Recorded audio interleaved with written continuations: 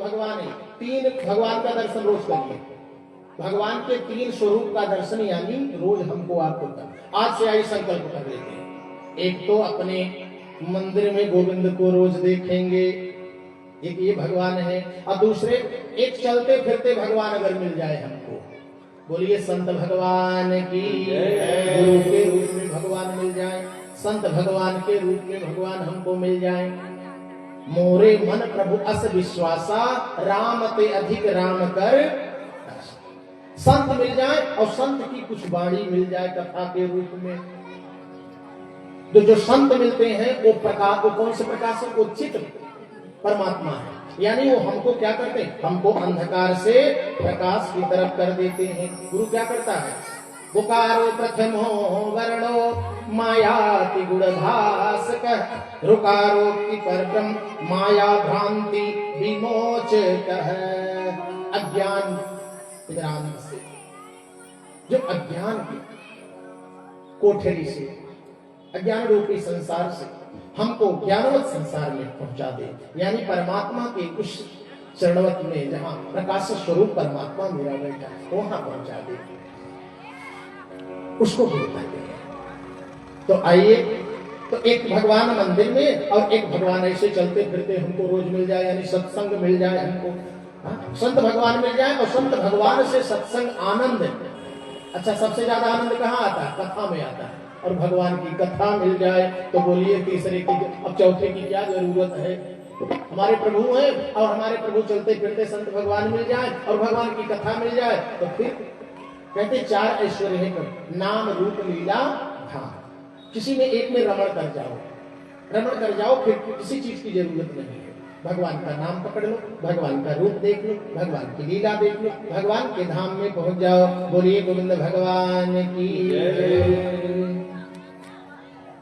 इसलिए अरे भज गोविंद गोविंद गोपाल, भज गोविंद गोविंद गोपाल, भज गोविंद गोविंद गोपाल, भज गोविंद गोविंद गोपाल, भज गोविंद गोविंद गोपाल, भज मुरली मनोहर नंदलाला, भज मुरली मनोहर नंदलाला।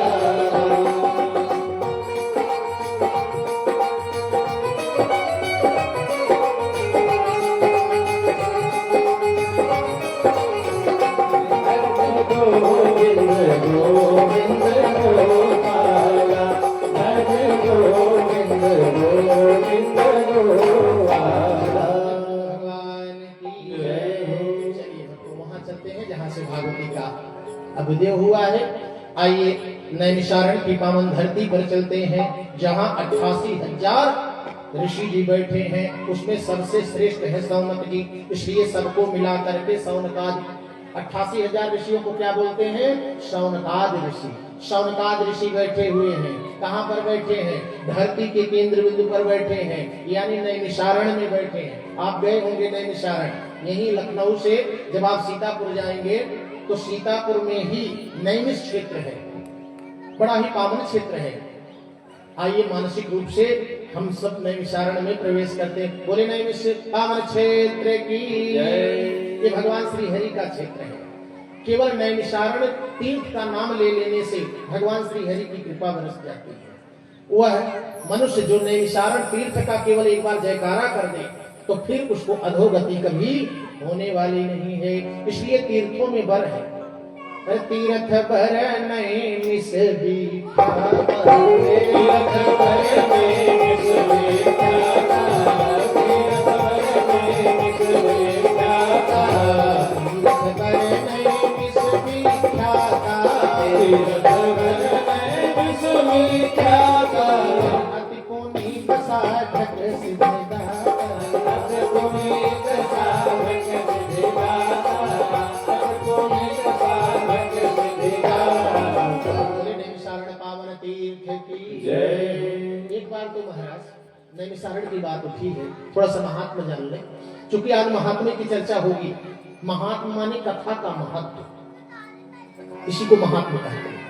और अगर महात्मा न जानो, छोटा सा बालक है, उसको 500 की नोट दे दो, क्या करेगा? उसको गोल गोल करेगा, फाड़ेगा, मुख में डालेगा, फेंक देगा। लेकिन एक बच्चे को जो आपकी गोद में है, जरा 10 रुपया दे दो, तब ये नहीं फेंकने वाला है। क्या? क्योंकि इसको पता है कि कुरकुरे मिल जाएंगे, इसको पता है कि इसको कुछ और मिल जाएगा, 10 रुपए का लॉलीपॉप मिल जाएगा, चॉकलेट मिल जाएगा, हाँ चोकोबार मिल जाएगा, कुछ मिल जाएगा, इसको पता है। यानी कि पता है, यानी उस 10 रुपए का महात्मा पता है, महत्व पता है। तो हम आप कथा में तो बैठे हैं, लेकिन हमको कथा का महत्व होना चाहिए। जब हमको महत्व पता चल जाएगा, तो हम उस कथा से हम अपने जीवन को संसार में भी सुधार लेंगे, संसारिक वृत्ति से भी, व्यवहारिक जगत को भी सुधार लेंगे। और जब यहाँ से चलना होगा तो मेरा लोक और परलोक दोनों बन जाएगा। बोलिए गोविंद भगवान की। इसलिए एक बार शौनकादिक ऋषि, सारे शौनकादिक ऋषि 88,000 ऋषि पहुंच गए कहाँ? ब्रह्मा जी के यहाँ ब्रह्मलोक में। ब्रह्मलोक में वहां पहुंच करके भगवान को प्रणाम करने लगे। ब्रह्मा जी ने देखा, रे बाप, इतने सारे महात्मा हमारे द्वार पर, इतने महात्मा बैठे, जैसे आज आपके द्वार पर इतने महात्मा बैठे हैं। जो भगवान की कथा सुनता है वो सबसे बड़ा महात्मा है। क्यों? वो सबसे बड़ा संत है।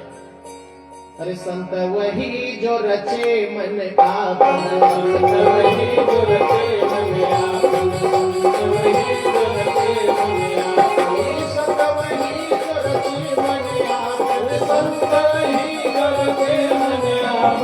आनंद में हरि का गुण गावे, आनंद में हरि का गुण गावे, आनंद में हरि का गुण गावे।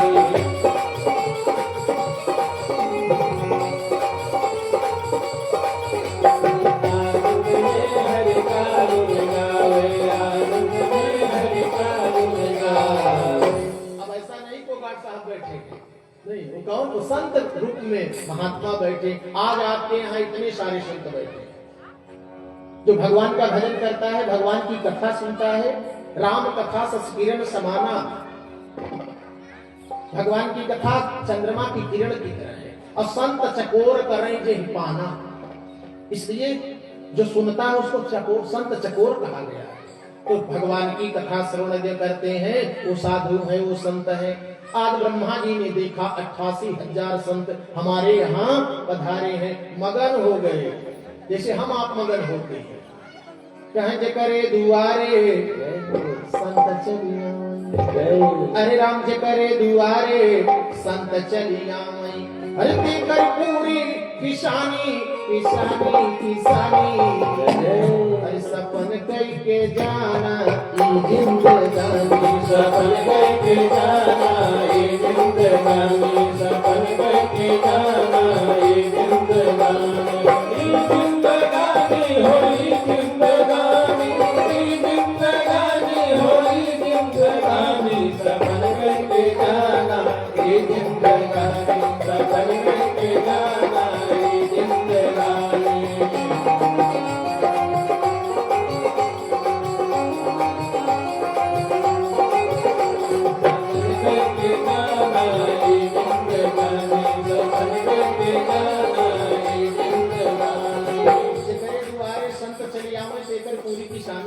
और भक्तों का जिसके द्वार पर संत कभी नहीं आए तब कहे करे दुआरे संत नाय, करे दुआरे संत नाय, करे दुआरे संत नाय। खत्म कहानी कहानी कहानी, सपन कई के जाना जिंदगानी, सपन कई के जाना जिंदगानी।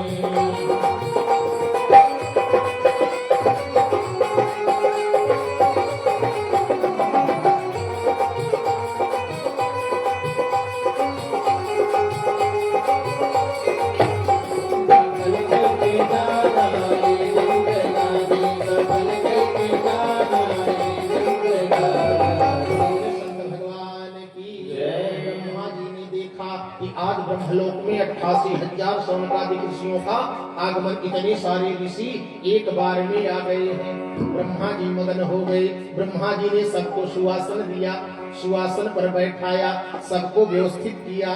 तब एक एक महात्मा से जैसे पूछ रहे हो, अरे स्वागत पूछी निकट बैठारा, और के ही कारण आगमन तुम्हारा। सबसे आगमन का कारण पूछे, और जो सबसे श्रेष्ठ थे उनके सामने तो झुक करके जैसे ब्रह्मा जी पूछे।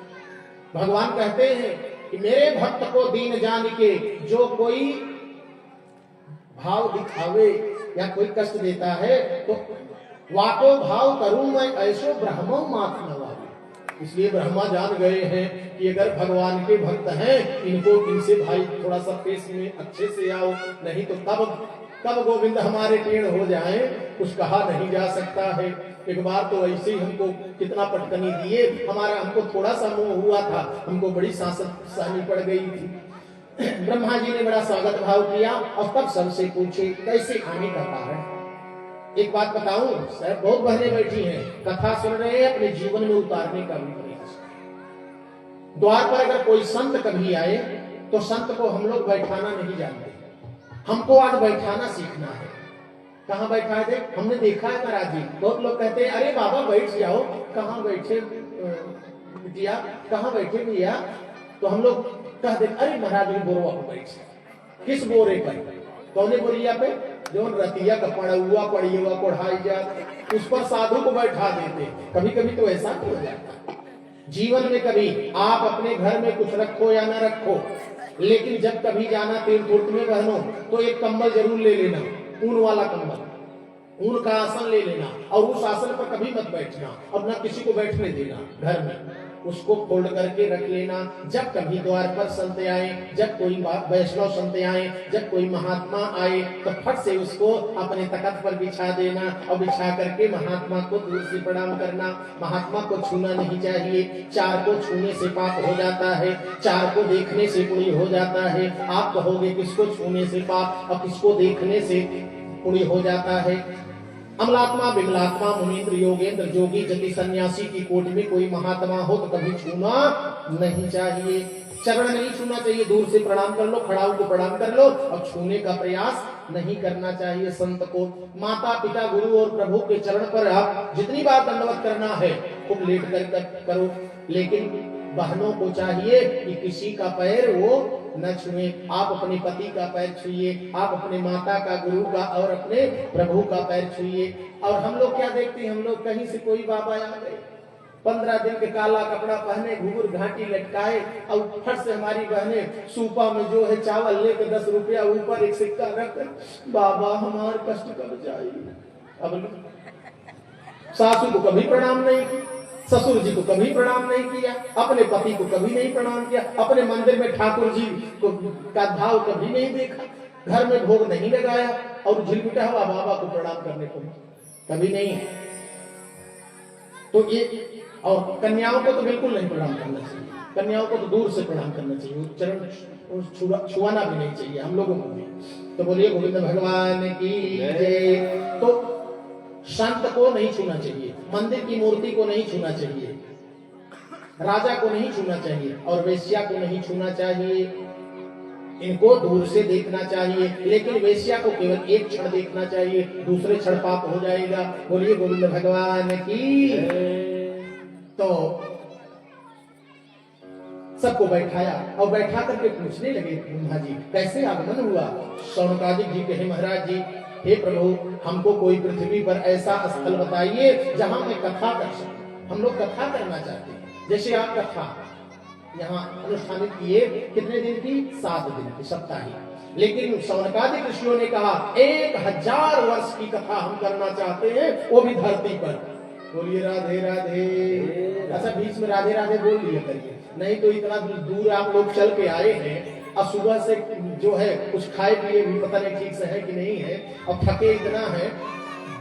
कथा में 2 चीज से बहुत सावधान होना चाहिए। एक में तो निद्रा माइंड कि कब आ जाए कोई गारंटी नहीं है, कथा सुनते सुनते झूमने लगेंगे, आंख मुद जाएगी। एक निद्रा से और दूसरे मन से, कि मन कब आपका साथ छोड़कर निकल जाए चौराहे पर, हाँ कब ये काका काकी नाना नानी मामा मामी के पास पहुंच जाए, कब ये गैया भैंसिया में चला जाए कि महाराज कब तक ऐसे बोली, बगल पति बैठा है उसको देख ले, बगल सासू बैठा, अम्मा कब तक ये, तो माता जी गाल पर हाथ रख करके, ऐसे गाल पर हाथ कभी नहीं रखना चाहिए। कथा में बैठे तो एकदम बिल्कुल सामने मुस्कुरा करके ऐसे भगवान के भगवत पीठ के सामने बैठना चाहिए।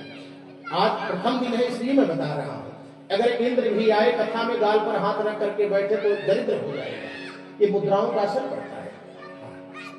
आप एकदम सुंदर भाव से देखो, भैया बैठे हैं पैसवा तिलक लगा करके, कितना सुंदर लग रहे हैं। हाँ, आप देखो चेहरे पर मुस्कान भी है। महाराज जी देखो बैठे हैं। अब कुछ लोग ऐसे बैठे जैसे विंध्याचल को धूसरू पाकर, न हिलाए हिली न डुलाए डुली, न हिलाए ही नहीं राम न बुलाए बोले कि कोई बैठना है।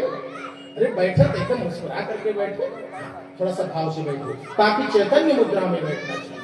ये बैठने का भी भाव है, मुद्रा का बहुत बड़ा असर है। तो सारे समकालिक ऋषियों ने कहा कि 1000 वर्ष मेरी कथा चले प्रभु, ऐसे कोई जगह बताइए। भगवान ब्रह्मा जी सोचे, वाह इतनी लंबी कथा, कितना भगवान जानते हैं कहाँ वास करते हैं।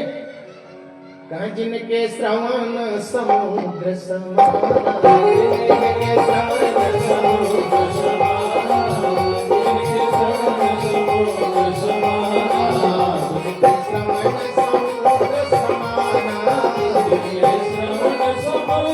समान, कथा तुम्हारी सुभग सरिना, कथा तुम्हारी सुभग सरिना, कथा तुम्हारी सुभग सरिना, जिनके श्रावण समुद्र समाना, कथा तुम्हारे सुभग सरिनाना, भरई निरंतर होई न पूरे, ततिन के ही कहूँ बस गृह रूरे।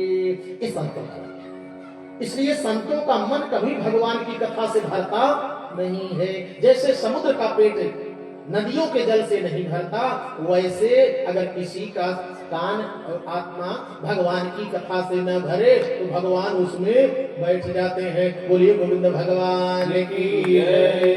तो सौनकादियों का ये भाव देख करके ब्रह्मा मगन हो गए। ब्रह्मा जी ने कहा कोई बात नहीं, तुरंत जो है एक चक्र का निर्माण किया। उसमें एक निमी माने जाती है किल्ली, चक्र बनाया, चक्र में एक कील लगा दिया, कील को निमी बोलते हैं, और छोड़ दिया। कहा कि जाओ भक्तों, जहां धरती पर मेरा यह चक्र रुक जाए वहीं पर कथा प्रारंभ कर देना। आगे आगे चक्र चला। चक्र वैसे भी श्रीहरि का आयुध है ना, तो चक्र कहाँ रुकेगा? चक्र तीर्थ में रुकेगा, यानी विष्णु क्षेत्र में जाकर के, श्री हरि के क्षेत्र में जाकर के वो रुकेगा, ऐसे वैसे जगह पर नहीं रुकेगा। और पूरे पृथ्वी का भ्रमण करते करते चक्र यही लखनऊ के आगे सीतापुर में जब गया तो वहां एक जंगल था, अरण्य, अरण्य का मतलब जंगल, और उसी अरण्य में जाकर के नीम उसकी कील जो है अटक गई, तो इसलिए उसका नाम क्या हुआ? नैनी, जहां रुकी नैमिषारण्य। बोले नैमिषारण्य पावन क्षेत्र की। आज भी वहां उस पर वो जो है पावन चक्र तीर्थ कहा जाता है, विष्णु का क्षेत्र कहा जाता है। इसलिए जीवन में कहीं जाने का अवसर न मिले तो न मिले, लेकिन चक्र तीर्थ में स्नान करने का अवसर जरूर मिलना चाहिए। बोलिए पावन चक्र तीर्थ की, नैमिषारण्य पावन भाव की। 88,000 ऋषि बैठे हुए हैं नैमिषारण्य की पावन धरती पर। शौनकादिक ऋषि बैठ करके वहां भगवान के मनन और चिंतन, शरण और चरण का भाव ले रहे हैं। और इतने में 20 वर्ष के एक अद्भुत संत का प्रवेश हो गया। बोलिए सूत जी महाराज की। एक संत का आगमन हो गया।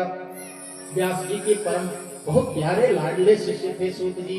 सूत जी की आभा को देख करके 1,000 की आयु लिए हुए सब लोग दंडवत, साष्टांग दंडवत करने लगे। बाप रे बाप, इतनी चमक, इतना तेज, इतना वैभव, इतना कांत आज तक कभी देखा ही नहीं था। ऐसे महात्मा, ऐसे त्यागी महात्मा को देख करके शौनकादिक ऋषि आज अपने को धन्य, आज महात्मा का दर्शन हुआ। संत मिलन सम सुख जग नहीं। अगर संत मिल जाए तो समझो कि बस जीवन तृप्त हो गया। संत कौन है? भागवत जी कहते हैं कि ननाक प्रीष्टम न च सार्वभौमम्, ननाक प्रीष्टम न च सार्वभौमम्, न पारमेष्ठम नरसाधिपत्वम न योग सिद्धिर न पुनर्भवम वा लेकिन इच्छन्ति त्वदपाद रजप प्रपन्ना इच्छन्ति त्वदपाद रजप प्रपन्ना। जो सारे उसको आकाश का सुख नहीं चाहिए, उसको किसी लोक का सुख नहीं चाहिए, कोई पद नहीं चाहिए, कोई प्रतिष्ठा नहीं चाहिए, मान नहीं चाहिए, सम्मान नहीं चाहिए, वो केवल भगवान के चरणों में रति मांगता है। बोलिए गोविंद भगवान की। ऐसे पावन संत को देख करके शौनकादि ऋषि साष्टांग दंडवत किए। कहते हैं कि अन्न का कण और साधु का संत का क्षण ये बर्बाद नहीं करना चाहिए। जब जीवन में कभी संतों का आगमन हो हमारे आपके, तो तुरंत उनके चरणों में बैठ करके कुछ मुक्ति का मार्ग खोज लेना चाहिए। कैसे परमात्मा का मिलन, हमारा उद्देश्य क्या है, हमारा जन्म लेना किस भाव से मेरा जन्म लेना हुआ, हम क्यों आए हैं धरती पर, इस रहस्य को समझ लेना चाहिए। मन आत्मा को बोध ले लेना चाहिए। लेकिन हम लोग संत के पास जाएंगे तो बाबा गाड़ी दे दो, घोड़ा दे दो, बंगला दे दो, मकान दे दो, नाती दे दो, पोता दे दो, ये दे दो, वो दे दो, पता नहीं क्या क्या संसार की चीजें मांगते। लेकिन शौनकादि ऋषियों ने कहा कि इस कलयुग से मुक्ति के लिए कोई मार्ग बताइए, ऐसा कोई उपाय प्रभु बता दीजिए। आपके दर्शन को पा करके हम लोग धन्य हुए। केवल दर्शन मात्र से हम लोग कृतार्थ हो गए। आपके दर्शन से अब कोई एक ऐसा मार्ग बता दीजिए जिससे गोविंद की प्राप्ति हो जाए और इस कलिकाल संसार सागर से हम लोग छूट करके भगवान के चरणों में पहुंच जाए। क्या कोई ऐसा मार्ग है? ऐसा मार्ग। तब सूत जी पहले तो सकुच आए। सूत जी सकुच में हो गए। अच्छा, सकुच में क्यों हो गए? उम्र 20 वर्ष की है और प्रणाम कितने कितने हाई क्लास वाले कर रहे हैं, उम्र वाले, एकदम हजार हजार वर्ष वाले, चतुर्युगी युग वाले, जो है इतने दाढ़ी जटाजूट वाले, सब लेट लेट करके प्रणाम करें। महाराज जी ऐसा क्यों गए? तो कहते हैं कि आयु में हम लोग बड़े हैं। आयु में बड़ा कोई हो जाए महाराज बड़ा नहीं है, कोई धन में बड़ा हो जाए वो बड़ा नहीं है, कोई बल में बड़ा हो जाए वो बड़ा नहीं है, कोई धन में बड़ा हो जाए तो भी वो बड़ा नहीं है। धन वृद्धा बल वृद्धा आयु विद्यास्तथैवोचे ते सर्वेपि ज्ञान वृद्धाश्च किंकिराहस्य किंकिरा। जो ज्ञान में बड़ा है, इसलिए ज्ञान सर्वोपरि है। जब भी जहां भी अवसर मिले तो हमको आपको ज्ञान के पास पहुंचना चाहिए। और ज्ञान कहाँ मिलता है? अरे ज्ञान बढ़े गुणवान के संगत, ज्ञान बढ़े गुणवान की संगत, ज्ञान बढ़े गुणवान की संगत, ज्ञान बढ़े गुणवान के संगत, ज्ञान बढ़े गुणवान की संगत, ज्ञान बढ़े तपसी संगति में, ज्ञान बढ़े तपसी संगति में, ज्ञान बढ़े तपसी संगति में।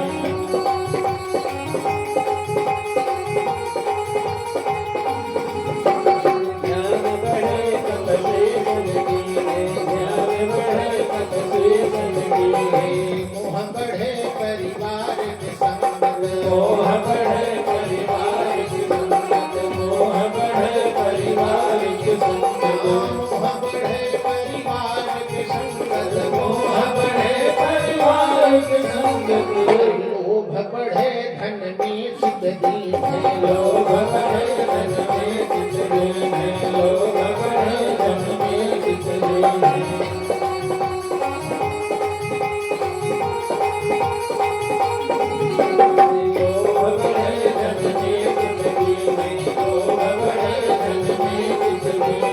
क्रोध बढ़े मन मूढ़ के संगत, क्रोध बढ़े मन मूढ़ के संगत, क्रोध बढ़े मन मूढ़ के संगत, क्रोध बढ़े मन मूढ़ के संगत, क्रोध बढ़े मन मूढ़ के संगत, अरे काम बढ़े प्रिय के संगति में, काम बढ़े प्रिय के संगति में, काम बढ़े प्रिय के संगति में। हरि बोल।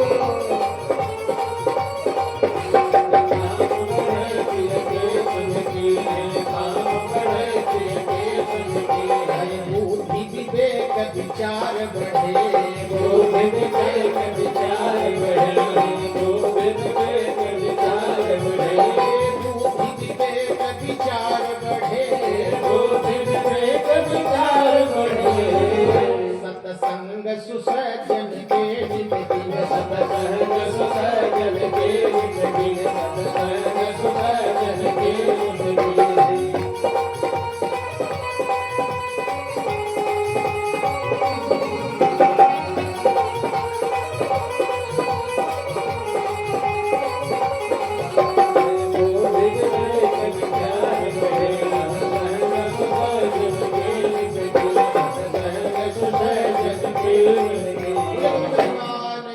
जय।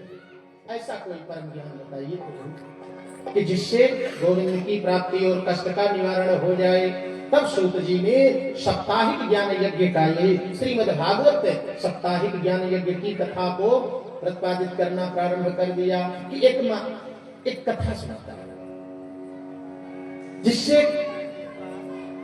इस कलिकाल महाकलिकाल में संसार सागर में जितने सारे कष्ट हैं ये सब दूर हो जाए। एक औषधि बता दीजिए, वो कैसी औषधि? साप्ताहिक औषधि बताए। संसारामय भेखजम, संसार के समस्त रोगों की औषधि है मेरे गोविंद का नाम और मेरे गोविंद की कथा। संसारामय भेखजम, भक्ति का प्राण है भगवान की कथा। इसलिए धन्यास्ते कृष्ण पिबंत सत्यम, कृष्ण नामामृतम, राम नामामृतम। भगवान की कथा अमृत, और अमृत को थोड़ा संभाल करके पीना चाहिए। अमृत को संभाल करके रखना चाहिए और संभाल करके पीना चाहिए। कोई अच्छी चीज मिल जाए तो पात्र में, अच्छे पात्र में रखना चाहिए। देसी घी की जरूरत है आपको, और ले आइए बढ़िया देसी घी और रख दीजिए मुरचान वाले बर्तन पर। महाराज खा पाएंगे? तब तो दूसरे दिन देखेंगे सब काला काला हो गया। कहे महाराज लाए तो बहुत सुंदर थे लेकिन ये गड़बड़ हो गया। क्या हो गया? कहा कि ये तो काला हो गया। क्यों? खाने योग्य नहीं है, क्योंकि पात्र गड़बड़ है। पदार्थ बहुत सुंदर है लेकिन पात्र सुंदर नहीं है। तो प्राप्त अमृत भी अगर कुपात्र में रख दिया जाएगा तो उससे तृप्ति मिलने वाली नहीं है। आप बोलेंगे महाराज जी कौन से पात्र में रखना? ये कथा भागवती अमृत, ये जो कथा अमृत है इसको किस पात्र में रखना? इसको हृदय रूपी पात्र में रखना है। और इसमें ध्यान रहे दो चीज ना होना चाहिए, एक तो खरपतवार, मुर्चा उर्चा न लगा होना चाहिए, और दूसरे पात्र फुकहा न हो, यानी छिद्रयुक्त नहीं होना चाहिए। कैसा छिद्र? जैसे छिद्र हो जाए पात्र में, बर्तन में, और उसमें कुछ पदार्थ डालो चूक कर रिस जाए। अमृत डालो, अमृत द्रव है ना, तो डालोगे तो चू जाएगा। तो प्राप्त अमृत भी अगर छिद्र है तो आप तृप्त नहीं हो पाए। ऐसे हृदय रूपी पात्र में संशय रूपी अगर छिद्र व्याप्त है तो प्राप्त अमृत, कथा रूपी अमृत भी हमको आपको तृप्त करने वाली नहीं है। बोलिए गोविंद भगवान की। इसलिए अपने हृदय रूपी पात्र को आज सुंदर बना लेना है, क्योंकि अब इसमें मेरे गोविंद की कथा जाने वाली। बीज नंबर 1 का हो भक्तों, लेकिन खेत नंबर 1 का नहीं है। 1000 रुपया किलो वाला बीज ले आइए सुजानगंज से और इसी लबे रोड छीट दीजिए। एक तो जामी ले जाइए, बिरैनी यहाँ खेते में छीट दीजिए। एक तो जामे महाराज। बीज नंबर 1 का है तो खेत भी नंबर 1 का होना चाहिए। अच्छा, खेत नंबर 1 का है, अब बीज में जाना ही नहीं है महाराज, राधे राधे, तब का होगा। इसलिए दोनों की उपयोगिता है। ऐसे भाव से हमको आपको कथा सुनाना है। तो आइए अपने हृदय रूपी क्षेत्र को सुंदर बनाएं। अच्छा, ये साप्ताहिक कथा का भाव कहां से मिला? तब वही बता रहे हैं सूत जी कि एक बार बद्रिकाश्रम में जो है नारद जी अपनी, आज उनकी बीड़ा नहीं बज रही है, हर पल उनकी बीड़ा बजती है। नारद जी की बीड़ा पर भगवान के नाम के सिवा कुछ नहीं रहता। जिसकी बीड़ा पर हरदम गोविंद छाए रहते थे, आज उसकी बीड़ा बज क्यों नहीं रही है? भजमन नारायण नारायण नारायण, भजमन नारायण